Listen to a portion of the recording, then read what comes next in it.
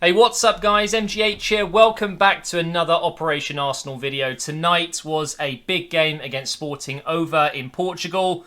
We've pretty much guaranteed our way through to the knockout stages in the Europa League with a 1-0 win. And we'll talk about the game today a little bit later. First of all, I'm going to generalise something for you. The feeling that I'm getting right now as an Arsenal fan. I'm enjoying it. If you really think about it, Arsenal fans, it's been a while since, well, I guess at least for me, it might be different for a lot of other people, but the last 2-3 seasons under Arsene Wenger, whilst there were periods of, when we were playing well, enjoyment, in general, though, I didn't like it. I didn't enjoy being an Arsenal fan. It was stressful. It was tiresome. I went into games like tonight's game thinking, don't feel good about this. I really don't think we're going to play well. I don't think we're going to be right for the day. We're not going to get the result we need. But now it's different. And it's delightful. It's one of the best feelings I've had as a football fan for so many years. That feeling of, I can't wait to watch Arsenal play tonight. And I can't really explain the exact reason why. Obviously, 11 wins in a row is a huge reason we're having a great time as Arsenal fans right now. 2 losses at the start of the season and then 11 wins all in a row. It's pretty crazy to think that the last 11 videos I've made on Operation Arsenal have all started with a win. We've won, guys! And it's so refreshing because we're playing good football as well. There have been games where we haven't particularly played well, but we've still got the result. Tonight, it was 50-50. I felt like there were moments in this game where we were not playing very well, but we were still controlling the game. You could see we still had a plan, an idea, and that, ladies and gentlemen, is new for us. We look like we know what we're doing. I can't say we were like that under Arsene Wenger for a long time. We have a plan. Every time we play, we seem to have a common goal. Obviously, in football, the common goal is to win your matches, but it's not just winning in football. It's about following tactics, isn't it? If you're going to come up against a different team every week, like you do in football, you can't just go into the same mindset every game. And that's what we were doing under Arsene Wenger. I mean, what is the definition of insanity? It's when you repeat the same thing over and over and over again and expect different results.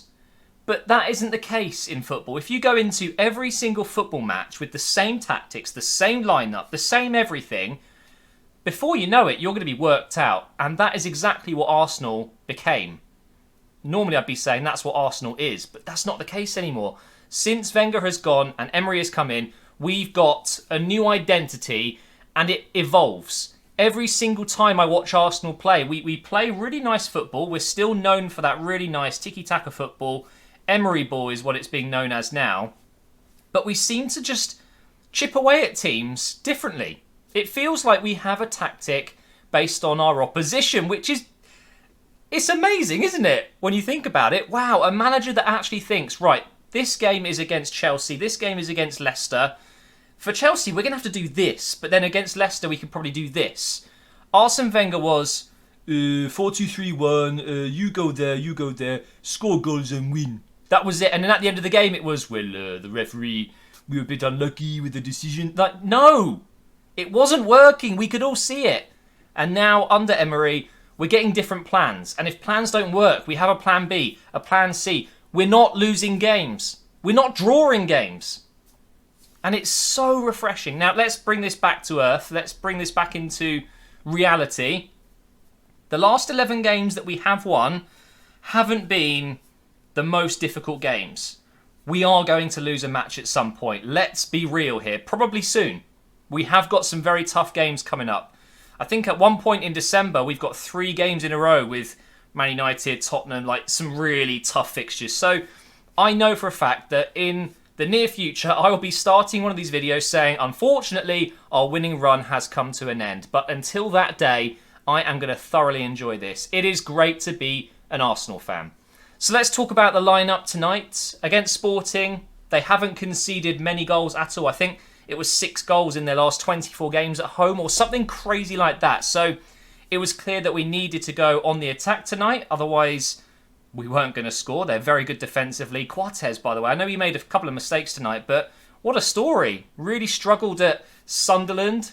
I know he barely made it into the Liverpool team. Really struggled there. And now he's really looking like, a very, very solid defender. So I was surprised when he made a few mistakes tonight. He actually led to the Danny Welbeck goal with a little mistake there. So we went with... I think it was a strong lineup. It wasn't, of course, as strong as it could be, but we are rotating the squad when it comes to the Europa League. We had a few other players starting that don't usually start. One of them was a man I just spoke about, Danny Welbeck. He's a new player under Emery. Same with Iwobi, really. Players that were, I would call them fringe players. Last season, Welbeck and Iwobi were not really involved enough. And when they were playing, you could see they were rusty. They weren't used to it. They weren't used to the tactics, maybe, whatever. Under Emery, they looked like new players, new signings. Yeah, that typical old chestnut that we'd get a player back from injury or a player hitting some form and Arsene Wenger would say it's like a new signing. It's great to see Danny Welbeck score 5 goals so far this season, and he's not even starting many games. I thought he was incredible tonight. He is such a threat running down the line, so powerful. Defenders just seem to cower away. They do not want to get in the way. Otherwise, it's like being hit by a train. So I was really happy to see him get his goal. There was one thing that confused me a little bit, and I saw it at the end of the last game. Granit Xhaka was playing at left back. You'd think the last player out of all of our starting 11, let's be honest, the last player you'd put at left back is Granit Xhaka. I guess it worked. He seems okay at left back. I don't want to see him there unless it's an absolute emergency, I guess, which I guess it is kind of at the moment. We're having some issues, but I actually thought he did very well there. Surprisingly, I thought the lack of pace, the lack of positional awareness would be it could have been a really bad decision, especially up against some of Sporting's player like Nani, for example, could have torn him to pieces. But Xhaka did very well. Lichtsteiner on the other side, I thought had a pretty average game. You can see he's 34. I mean, he's not got the pace he used to have, but he's got the brain, and that's more important in many ways than not. So wasn't terrible, but wasn't brilliant. I thought Holding and Socrates were pretty decent. I thought Socrates was a little bit rusty. I think that's fair to say. He's missed a few games, but still did a very good job. He's so quick. I don't get where's he got that pace? Just out of nowhere. He's running back. Looks like the attacker's going to overtake him, and then he just straight off. Full sprint speed. Absolutely unbelievable. The midfield I thought was solid tonight, actually, and what I noticed was... Okay, we'll talk about El Neni first, because he's, I think, the one player that I thought wasn't very good tonight at all. In fact, I would go ahead to saying was very poor tonight. El Neni is an odd player. I still don't know what he brings to the team. He doesn't bring pace. He doesn't bring goals. He doesn't bring assists. He doesn't really bring solidarity. He's kind of just there. And he just confuses me because he's got very similar hair to Guendouzi. I don't know who's who sometimes when the camera's so far out. I don't think El Neni really offers much at all. Which is a shame because he is one of those players that I guess he's a good passer of the ball and he reads the game well. But I would rather play Guendouzi. I'd rather play Ramsey ahead of him. I'd rather play Xhaka in there. I'd rather play Torreira, of course. And guess what happened when Torreira came on for El Neni in the second half? We looked like a completely different team. Absolutely night and day. It's incredible how one player, one tiny little player, literally, can come in for less than 30 million. Let's just remind ourselves, in today's market, 30 million is nothing, okay? Torreira has changed our team. Really, really, really good. I love the guy. I absolutely love him. One of my favourite things about having Alexis in the Arsenal side was that pitbull mentality. Same with Coquelin. Would just dart around the pitch trying to win the ball back. So full of energy and they just want to win the ball constantly. Alexis wasn't even a tackler, by the way. He just wanted the ball for obvious reasons. World class then, wasn't he?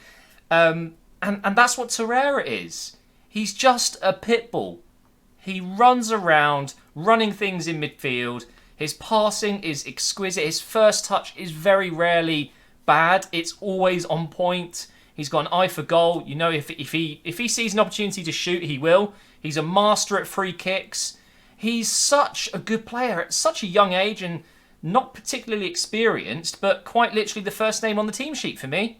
It's unbelievable what you can do with less than 30 million if you've got the right people at the club. And I know Arsenal are quite shrewd when it comes to signings in the past. We don't go out and spend 100 million on one player. You know, we're looking at Aubameyang and Lacazette as our top signings of all time in terms of money spent. And they weren't mega expensive. I know Aubameyang was quite a lot, and Lacazette was almost 50 million, I think, or 54 million. So I get that we do spend a bit of money when we need to. But in general, we tend to slip under the radar a bit, and we seem to buy in players and kind of just improve them. And Torreira, just absolute masterclass of a signing. Really happy with him, and he literally won us the game, if you ask me. Although Welbeck got the goal, and although most players had a good game tonight, Torreira just straight in midfield, and everyone relaxed. It's like, right, Torreira's on the pitch, everyone. We can now focus on our other jobs. Attacking. Let's get a goal. It's amazing. It really is to see how different we are with Torreira in there.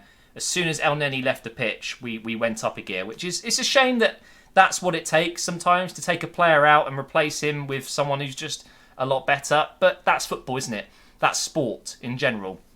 So I think that'll do for today's review. In general, it wasn't the best performance ever, but we controlled the game.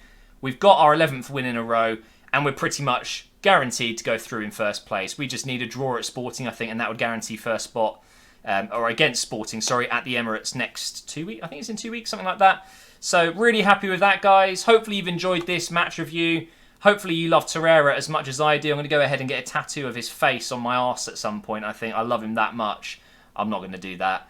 I don't know why I said that. I just love the guy. I'm in love with Torreira. If I wasn't getting married to Ellen, I might just write him a love note and just tell him how much he's improved my beloved Arsenal, and I love him for it. Totally not gay. Okay, no homo. Thanks for watching, guys. Make sure you leave a like. Make sure you subscribe, and I will see you next time. And hopefully we'll make it 12 wins in a row.